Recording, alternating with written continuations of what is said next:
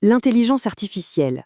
On en entend parler partout, n'est-ce pas? Des gros titres, souvent contradictoires, qui nous balancent entre la promesse d'un futur incroyable et la peur d'un grand chamboulement. Alors comment on fait pour démêler le vrai du faux dans tout ça? C'est ce qu'on va essayer de faire ensemble. Forcément, la première question qui vient à l'esprit, c'est celle de la bulle. Tout cet engouement, est-ce que c'est du solide ou est-ce que tout ça risque de nous péter à la figure? Et juste derrière, il y a cette autre crainte, beaucoup plus personnelle, beaucoup plus viscérale, l'impact de l'IA sur nos emplois. Est-ce que des millions de postes sont vraiment sur le point de disparaître? Et puis, bien sûr, il y a ce récit qui sonne presque comme de la science-fiction, l'idée qu'une super intelligence, une IA quasi divine, serait sur le point d'arriver et de tout changer du jour au lendemain. Face à ces grands récits un peu anxiogènes, il y a une voix qui tranche, celle de Jensen Huang, le PDG de Nvidia.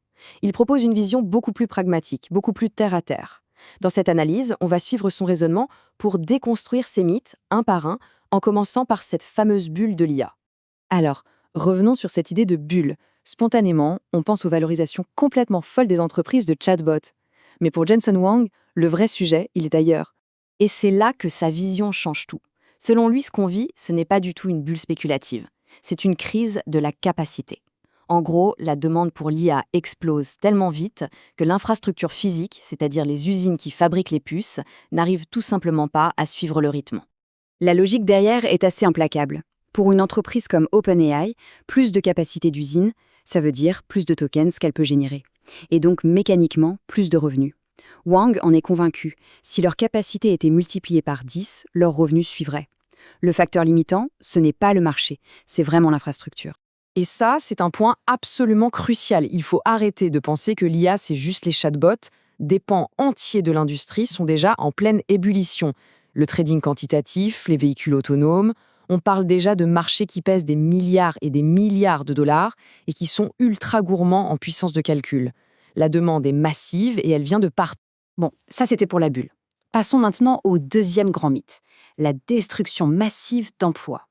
Et là encore, la vision de Huang est complètement à contre-courant des idées reçues. Son argument principal est simple. La productivité, ça ne rétrécit pas l'économie, ça l'étend. L'histoire nous l'a montré. Quand un secteur gagne en efficacité, ça ne mène pas à des licenciements en masse, mais plutôt à la création de nouvelles opportunités, à l'exploration de nouvelles idées. Souvent, des choses qu'on n'aurait même pas pu imaginer avant. D'ailleurs, de façon très concrète, l'automatisation et la robotique vont d'abord s'attaquer à des problèmes qu'on a déjà. On manque cruellement de main-d'œuvre dans plein de secteurs. Les chauffeurs routiers, les infirmiers, les ouvriers, ce sont des métiers essentiels que nos sociétés peinent à pourvoir, notamment à cause du vieillissement de la population. L'IA, dans ce contexte, vient avant tout combler un manque.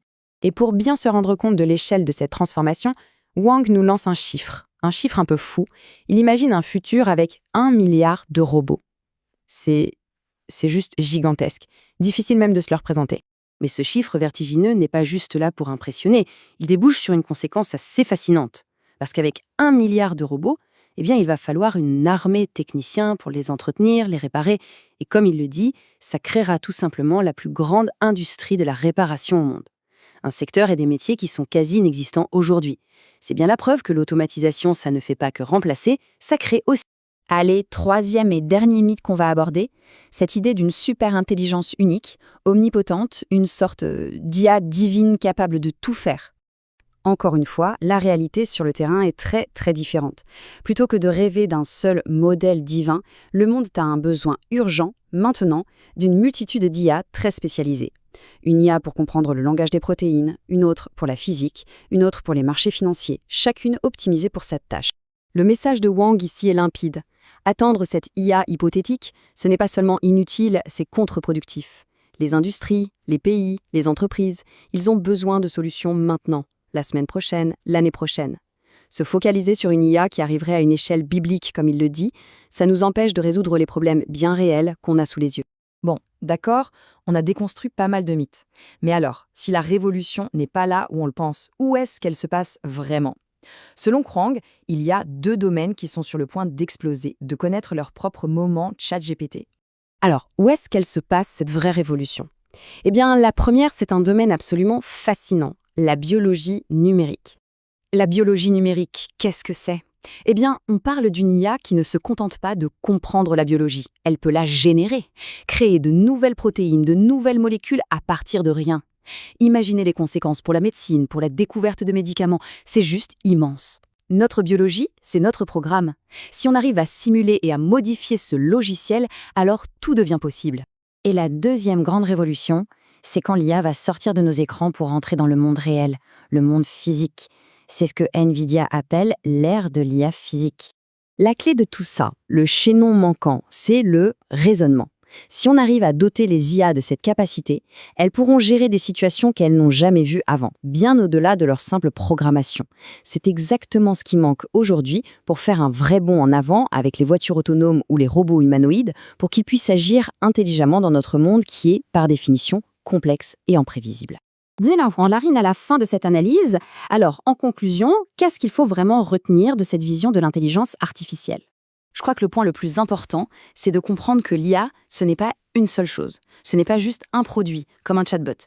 C'est une nouvelle plateforme. C'est le nouveau socle de toute l'informatique. Une stack technologique complète qui est en train de réinventer l'industrie, la science, le travail, tout depuis la base. Et tout ça, ça nous laisse avec une question fondamentale. Si cette nouvelle fondation est en train d'être posée sous nos yeux, la vraie interrogation n'est plus de savoir si l'IA arrive, mais bien de décider collectivement ce qu'on va vouloir construire dessus. Les possibilités sont vertigineuses. Et le plus fou dans tout ça, c'est qu'elles sont encore, en grande partie, à inventer.